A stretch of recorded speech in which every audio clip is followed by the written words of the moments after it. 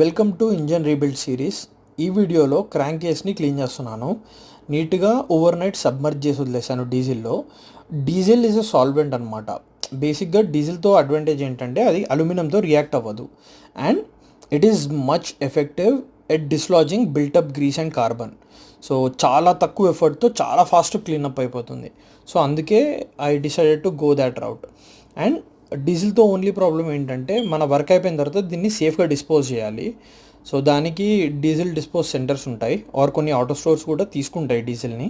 So I can dispose it off, but for now that is the way I'm going with. Next thing ఏంటంటే ఈ crank case mating surfaces అంటారు. Cylinder head crank case mating surface or water pump cover, ఇవన్నిటికీ previous gaskets ఉంటాయి కదా, అవి మొత్తం stuck అయి ఉంటాయి. సో వాటిని మనము స్క్రాచ్ చేయలేము. సర్ఫేస్ని స్క్రాచ్ చేస్తే అక్కడ నుంచి ఆయిల్ లీక్ స్టార్ట్ అవుతుంది ఆర్ కూలెంట్ లీక్ స్టార్ట్ అవుతుంది.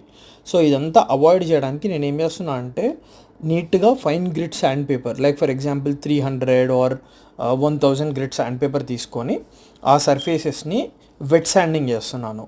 వెట్ శాండింగ్తో అడ్వాంటేజ్ ఏంటంటే మరీ డైరెక్ట్ ఫ్రిక్షన్ పడదు.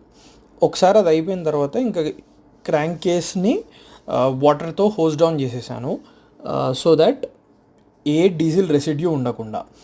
ఇప్పుడు వాటర్తో ప్రాబ్లం ఏంటంటే వాటర్ని వదిలేస్తే కరోజన్ వస్తుంది ఆర్ లైట్గా రస్ట్ ఫామ్ అవడం అలాంటివి అవుతాయి. సో ఇక వాటర్ని దాని మీద వదిలేయకుండా కంప్రెస్డ్ ఎయిర్తో రెస్ట్ ఆఫ్ ద వాటర్ మొత్తం బ్లో అవుట్ చేసేసాను. So yeah, that's the video. నేను ఇంకొక half of the crank case కూడా చేశాను, బట్ దాట్స్ పెట్టి